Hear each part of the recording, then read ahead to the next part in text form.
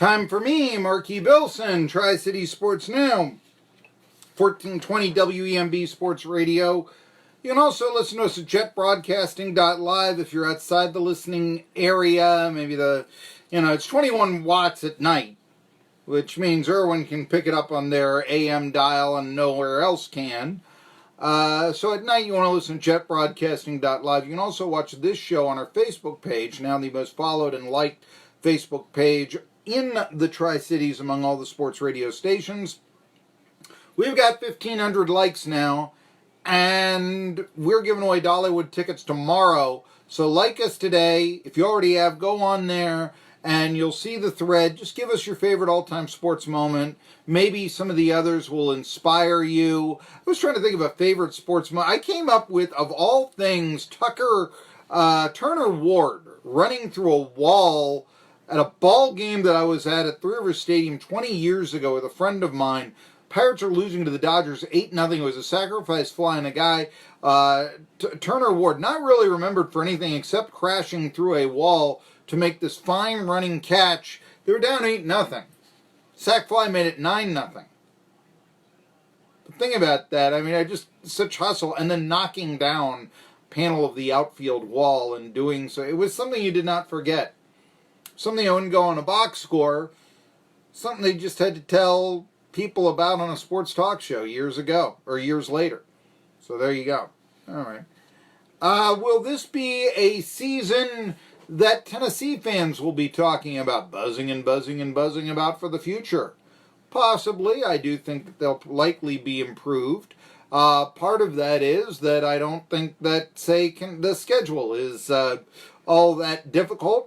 Well, you've got your losses to Alabama and Georgia and Florida that are a sure thing, but you've also got the victories that are a sure thing that, quite frankly, everybody plays these days against the FCS team. That would be Chattanooga, against Georgia State, against, in all likelihood, Alabama, Birmingham.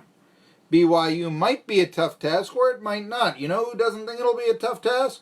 It will be the FPI, ESPN FPI. That's the Football Power Index. And they like the Tennessee Volunteers to perhaps win 9 games. Because, as they evaluate their schedule, not a real challenging one, they believe that the Vols will be favored, or at least as they speak right now, that Football Power Index favors the Volunteers in 9 of their 12 games. It has perhaps never looked as good for Tennessee in terms of preseason analysis in this metric since 2016 when the Vols were picked to win the SEC East. This metric actually has Tennessee as the number 15 team in the country. I think that's a little high, to tell you the truth. I'll tell you why in just a second. But yes, FPI projects the Vols to win, or to have a better than 50% chance of winning 9 games. All right.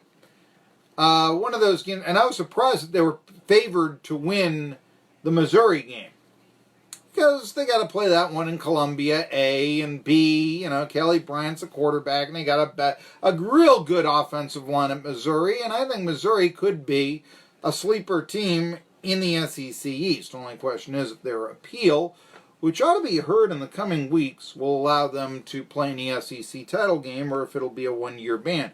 I don't think that'll have any impact on the team. I don't think players really are all that motivated for bowl games or anything like that. Not anymore. Last year, the Vols were 65th in the Football Power Index, finishing 5-7.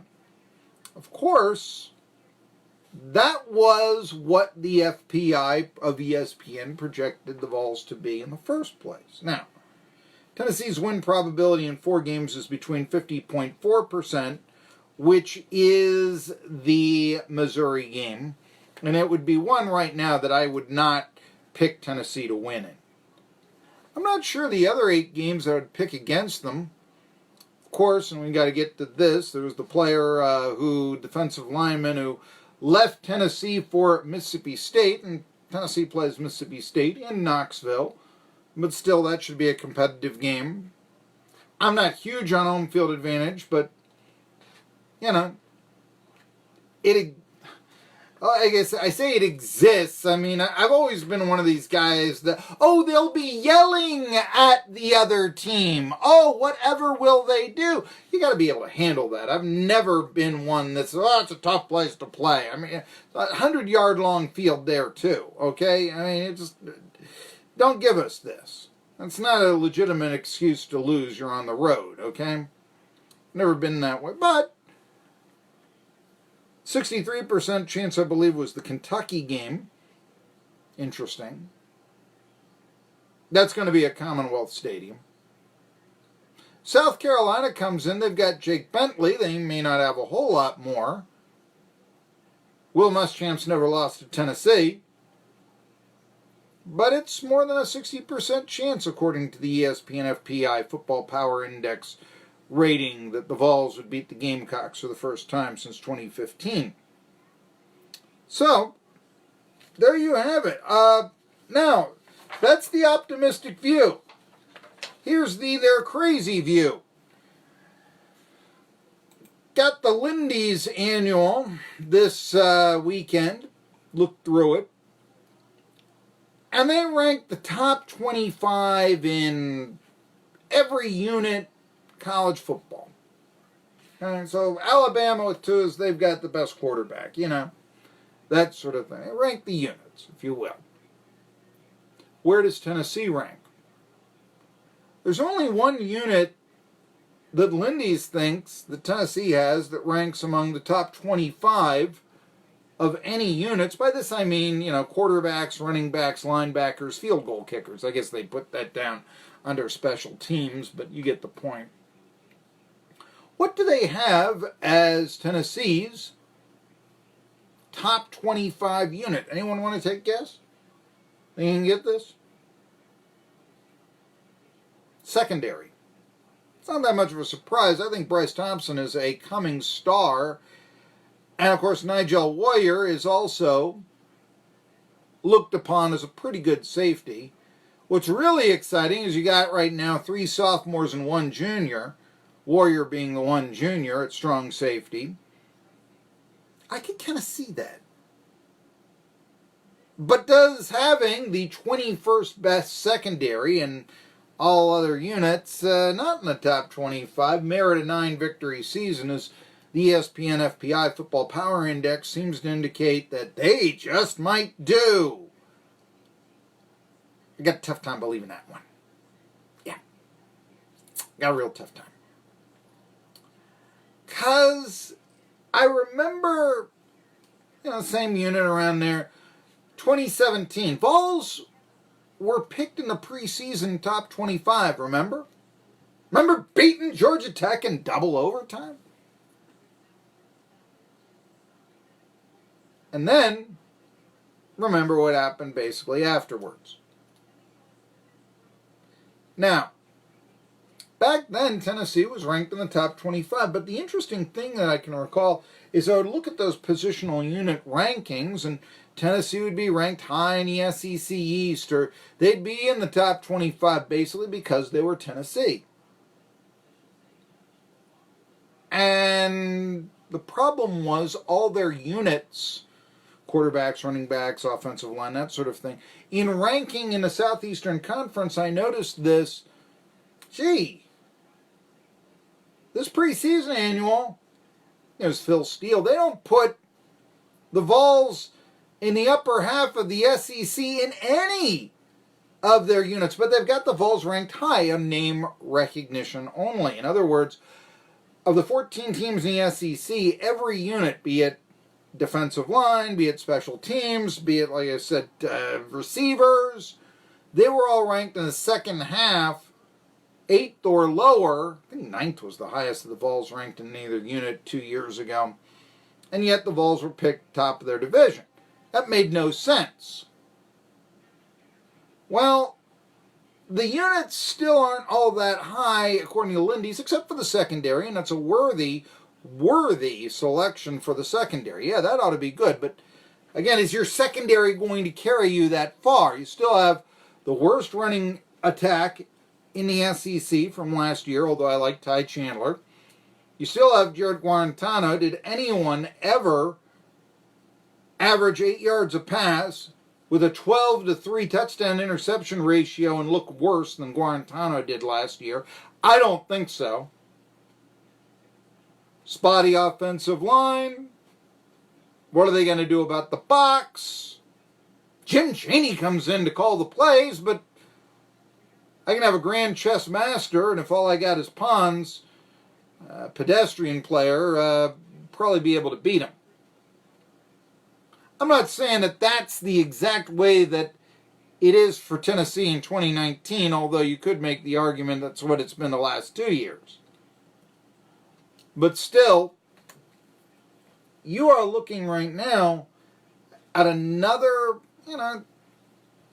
you think the Vols will go 15 like this FPI, Football Power Index from ESPN? I got a tough time believing that, because the only really superior unit, ranking 21st according to Lindy's nationwide, and that's as good as it is secondary. And I'd feel a lot more confident if it was something like the quarterback, which, by the way, with Bentley, I believe is ranked 20th. South Carolina is this upcoming season by Lindy's. I think that, I don't have I'm going from memory, 20th, somewhere around there. So, Marky Bilson here, Tri-City Sports Now. I'll give you more Vols news. Of course, we'll talk about NASCAR race in just a second. The John Krasinski, he is going to, at top of the hour, we're going to talk NASCAR race. John Krasinski joins me at 1:15. He's a soccer writer, an old friend of mine. We're going to discuss the, what are we going to discuss? We're going to discuss the USWNT and then SoCon John Hooper at 1. Let's see here. I want to talk a little bit about the defensive lineman, JUCO, 5 stars.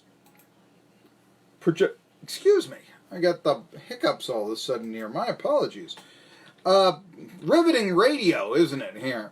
Anyway, there was a player that decommitted from the Tennessee Volunteers this past weekend, and I will tell you a little bit about that in our next segment, along with the home run derby and so on and so forth in the NASCAR. I did want to talk a little bit about the Futures game. Did you see this? This finished in a 2-2 tie. Johnson City's Will Craig was hit by a pitch twice before he was removed for a pinch runner. Which, yeah, after a couple of bruises like that, maybe you will. We had Will Craig, by the way. You can watch that interview on our 1420 WEMB Sports Radio Facebook page, the video section. It is the highlighted interview. But you know who pinch ran for Craig?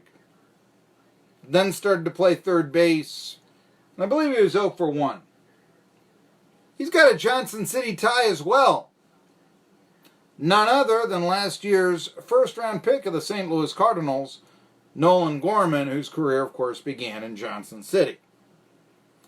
That's quite the tie-in right there at the Futures game, which controversially ended in a 2-2 tie after 8 innings. It is an exhibition game. Of course, the All-Star game, 17 years ago, ended in a tie. We've run out of pitchers. What, you got a starter out there. Can't go more than 2 innings? No! Really? Yes!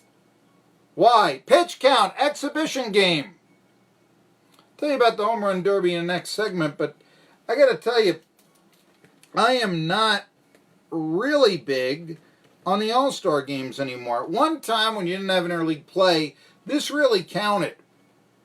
You had tremendous rivalry between the two leagues. Which one is the better league? Yeah, a lot of that was defined. However, ever since ETSU's Atlee Hammaker gave up the first Grand Slam in All-Star Game history to Fred Lynn, it seems like the pendulum has turned and the American League is dominated over the last 30-odd years. We'll see if that continues tomorrow. 1920 WE